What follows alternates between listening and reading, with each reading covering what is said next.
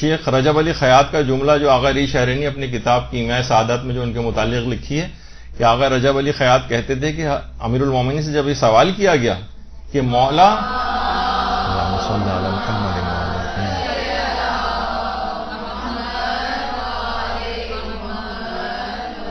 کہ آپ اس بلند مرتبے پہ کیسے فائز ہوئے، تو آپ نے فرمایا کہ میں دل کے دروازے پر آ کر بیٹھ گیا اور خدا کے علاوہ کسی کو راہ نہ دی. یہ امیر المومنین کا، یعنی ہمارے لیے اسوہ حسنہ ہے، جو پیروی ہمیں جن کی کرنا ہے، ان کا یہ خیال. تو مومن کا دل کہا جاتا ہے کہ یہ لکڑی کے ترازو کی طرح سے نہیں ہونا چاہیے، اس میں لکڑی تولی جاتی کہ پاؤ دو پاؤ اس کے اندر ڈال بھی دیں تو ہلتا تک نہیں ہے، اس کے ترازو کا کانٹا تک اپنی جگہ سے حرکت نہیں کرتا. مومن کا دل تو سونے کے ترازو کی طرح سے ہونا چاہیے جو سانس لینے سے بھی ہل جاتا ہے، یعنی جہاں کوئی حرام خوشی آئی اس کے دل کو کانپ جانا چاہیے. یعنی مومن کا دل کسی لکڑی کے ترازو کی طرح سے بے حس نہیں ہونا چاہیے کہ گناہوں کی جتنی بھی حرام لذتیں وہ درآمد کرتا رہے، اس پہ کوئی اثر ہی نہ ہو.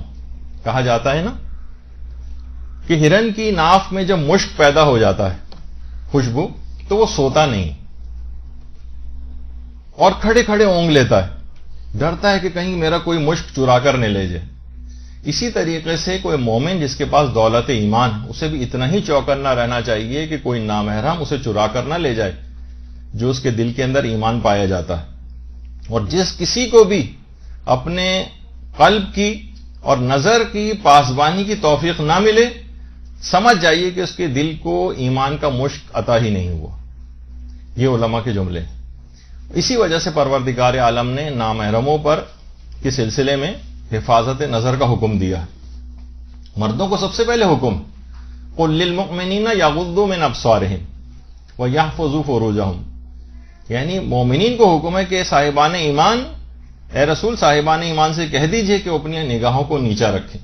یعنی پہلے مردوں کو حکم ہے، اس کے بعد پھر یہ حکم عورتوں کے لیے آیا وقل للمؤمنات یغضضن من ابصارہن ویحفظن فروجہن، کہ اپنی نگاہوں کی، اور صاحبان ایمان عورتوں سے بھی کہہ دیجئے، یہ خالی مردوں کے لحاظ سے ذمہ داری نہیں، عورتوں کو بھی کہہ دیجئے کہ اپنی نگاہوں کو نیچا رکھیں. اور دیکھیے اتنی زیادہ اس کی اہمیت ہے، خاص طور پر یعنی شوہردار خواتین یا جو اس طرح سے معاشرے کے اندر پھرتی ہیں، ان حرام نگاہ ڈالنے کا انجام بتایا گیا ہے کہ پروردگار کا ارشاد ہے کہ اے داؤد، جو حضرت داؤد پہ وحی کی تھی کہ کچھ بندے ایسے ہیں جن کی نماز کو میں ان کے منہ پر دے مارتا ہوں، نہ میں ان کی آواز سنتا ہوں، نہ مجھے ان کی کوئی فکر. اور اے داؤد جانتے ہو کہ وہ لوگ کون ہیں؟ کہ وہ لوگ ہیں جو دوسروں کی بیویوں کو شہوت سے دیکھتے ہیں. یعنی کتنی سخت اس کے اندر تمام احادیث کے اندر اس قسم کی باتیں آئی ہیں، لیکن انسان عام طور پر ٹی وی میں اب ظاہر دیکھتی ہیں کتنی ایسی خواتین جو اس انداز سے تیار ہو کے آئی ہوتی ہیں، زیادہ تر شوہردار ہوتی ہیں. اسی طریقے سے مردوں کا بھی حساب کتاب ہوتا ہے، جو شوہردار ہوں نہ ہوں، دونوں صورتوں میں حرام نگاہ ڈالنا تو حرام ہی ہے، لیکن اس حد تک یعنی اس کی مذمت کے پروردگار کہتا ہے مجھے پھر ان کی کوئی پرواہ ہی نہیں. یعنی گویا اگر جہنم میں جا رہے ہیں تو جائیں، میں اپنی نگاہ التفات ان کے اوپر سے ہٹا لیتا ہوں جو اس قسم کے گناہوں کے اندر مبتلا ہوتے ہیں. دیکھیے علماء یہ بھی فرماتے ہیں کہ دیکھیے پروردگار نے جتنے بھی احکامات دیے، زیادہ تر احکامات براہ راست ہیں. اقیموا الصلاۃ، نماز قائم کرو. روزہ رکھنے کا بھی حکم اسی طرح سے ہے.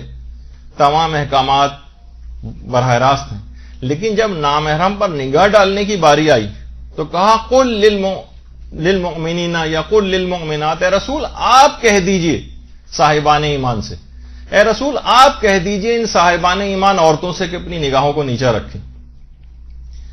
علماء بیان فرماتے ہیں کہ جس طریقے سے ایک باحیا باپ وہ خود نہیں کہتا بہت سی باتیں اپنی اولاد سے، بلکہ اپنی کسی دوست سے کہتا ہے میرے بیٹے کو سمجھا دو کہ یہ بے شرمی کا کام نہ کرے، تو اسی طریقے سے رب العالمین وہ بہت ہی باحیا اور انتہا سے زیادہ غیرت مند ہے، کسی کو حد اور انتہا نہیں.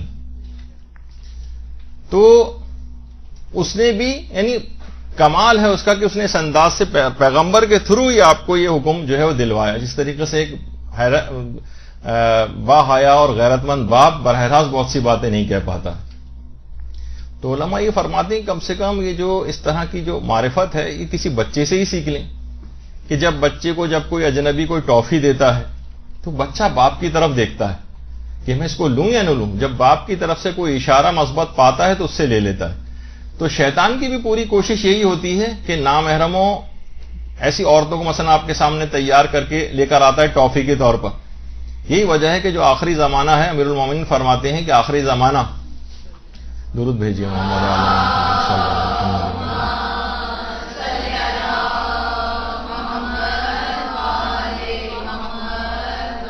کہ آخری زمانہ بدترین زمانہ ہوگا اور ایسی عورتیں ظاہر ہوں گی جو اپنے آپ کو طرح طرح کی آرائش میں مصروف رکھیں گی، عریانیت میں مبتلا ہوں گی، دین سے بالکل بے بہرہ ہوں گی، فتنوں میں داخل ہونے والی ہوں گی، خواہشات کی طرف مائل ہوں گی، لذتوں کی طرف راغب ہوں گی، حرام چیزوں کو حلال کرنے والی ہوں گی، جبکہ وہ جہنم میں ہمیشہ رہنے والی ہوں گی. ملا یحذر الفقی کی روایت.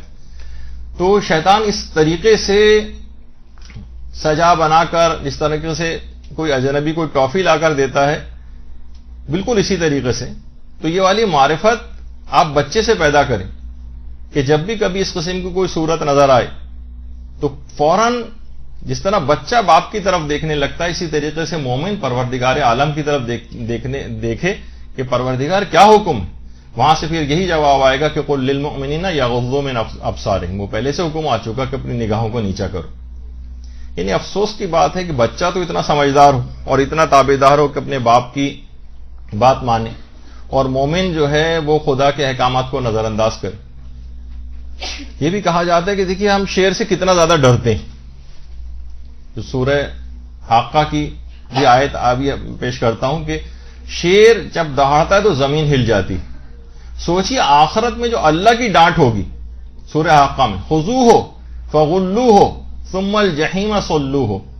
اس کو اب اسے پکڑ لو اور گرفتار کر لو اور اس کو جہنم میں جھونک دو. جب یہ آواز، یعنی خود انسان تصور کرے کہ جب یہ آواز آئے گی قیامت کے دن تو کتنی ہولناک آواز یہ ہوگی.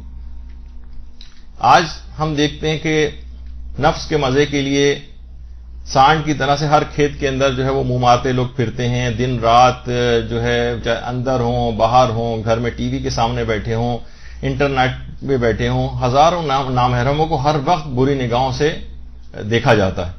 انجام کی کوئی فکر ہی نہیں. دیکھیے یہ بات بھی کہی جاتی ہے کہ اہل دل جو افراد کہا جاتا ہے نا، وہ ہمیشہ اللہ کے عاشقوں کو اہل دل کہا جاتا ہے. جو فانی نامحرموں کے اوپر مرتے ہیں ان کو کبھی بھی اہل دل نہیں کہا جاتا. جیسے کہ دیکھیے مکھی کے بھی پر ہوتے ہیں، مکھی پروں والی، لیکن مکھی کے پر ہونے کے باوجود اس کو پروانہ نہیں کہا جاتا پروں والا، بلکہ پروانے کو کہا جاتا ہے. مکھی کے پروں کو کبھی کسی نے پر والا تسلیم نہیں کیا کیونکہ غلاظت پر ہمیشہ گرتی ہے، غلاظت کے اوپر فدا ہوتی. لیکن پروانہ ہمیشہ شمع کے اوپر اپنے آپ کو اپنے سے بہت برتر چیز کے اوپر قربان کرتا ہے، اس وجہ سے اس کو پروں والا کہا جاتا ہے. جس طرح کہا جاتا ہے نا کہ حضرت ابراہیم علیہ السلام نے جب سورج کو اور چاند کو غروب ہوتے دیکھا تھا، جو سورہ انعام کی آیات بھی ہیں کہ جب غروب ہوتے دیکھا فلما افلا قال لا احب الافلین، کہ ہم فنا ہونے والوں سے محبت نہیں کرتے. تو علماء یہ بات بیان فرماتے ہیں کہ جو باز بادشاہ کی کلائی پر رہتا ہو وہ زمین پر رینگنے والے کیڑوں کے شکار کو اپنی توہین سمجھتا ہے، اور یہ صرف مردہ پرست گدھ ہوتے ہیں جو فانی اجسام سے چمٹے رہتے ہیں.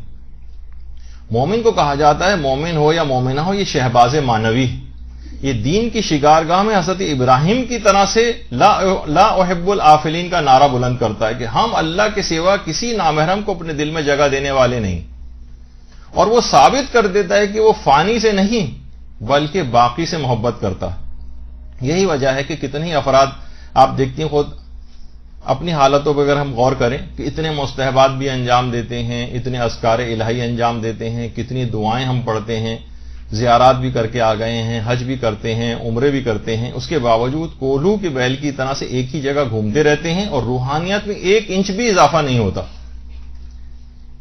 اس کی وجہ یہی ہے کہ ہم نے اپنے آپ کو جو نورانیت پیدا ہوتی ہے مسلسل ٹی وی کے ذریعے دیگر چیزوں کے ذریعے اس کو مسلسل ضائع کرتے رہتے ہیں. جس طریقے سے آپ پانی کی ٹنکی کو فل کتنا ہی موٹر چلا چلا کے کر لیں، لیکن اگر سارے نل آپ نے کھول رکھے ہیں گھر کے تو سارا نکاسی ہو جائے گی اور نتیجتاً ٹنکی ہمیشہ خالی ملے گی. تو یہی ہمارے ساتھ مسئلہ یہ ہوتا ہے کہ جتنا بھی تقویٰ رمضان میں حاصل ہوتا ہے، محرموں میں حاصل ہوتا ہے، اذکار اور دعاؤں سے حاصل ہوتا ہے، ساری چیزیں ہم نے کھول کے رکھی ہوئی ہیں. اے سی کتنے بھی آپ چلا لیں اور سارے کھڑکیاں دروازے کھول دیں، کبھی کمرہ ٹھنڈا نہیں ہوگا. تو یہی وجہ ہم لوگوں کے تقوی کے ساتھ بھی ہو گئی ہے کہ اتنا کچھ کرنے کے باوجود بھی 1 انچ اضافہ روحانیت میں محسوس نہیں ہوتا، بلکہ پہلے سے کہیں زیادہ پیچھے کی طرف گیا ہوا محسوس کرتے ہیں. تو دیکھیے وہی والا مسئلہ ہے مومن کا، وہ جو علامہ اقبال بھی کہتے تھے نا کہ وہ فریب خوردہ شاہین جو پلا ہو کرگسوں میں، اسے کیا پتا کہ کیا ہے رہو رسم شہبازی. یعنی ٹھیک ہے مومن شہباز معنوی ہے، لیکن اس کی پرورش ہو رہی ہے گدھوں کے ساتھ. اسے کیا پتا کہ مثلا ایک جو شہباز ہوتا ہے اس کا کیا مقام ہوتا ہے، اس کا طریقہ کار کیا ہوتا ہے. تو یہ مومن بھی ان خراب ماحول اور معاشروں میں رہ کے انہی جیسا بن گیا ہے.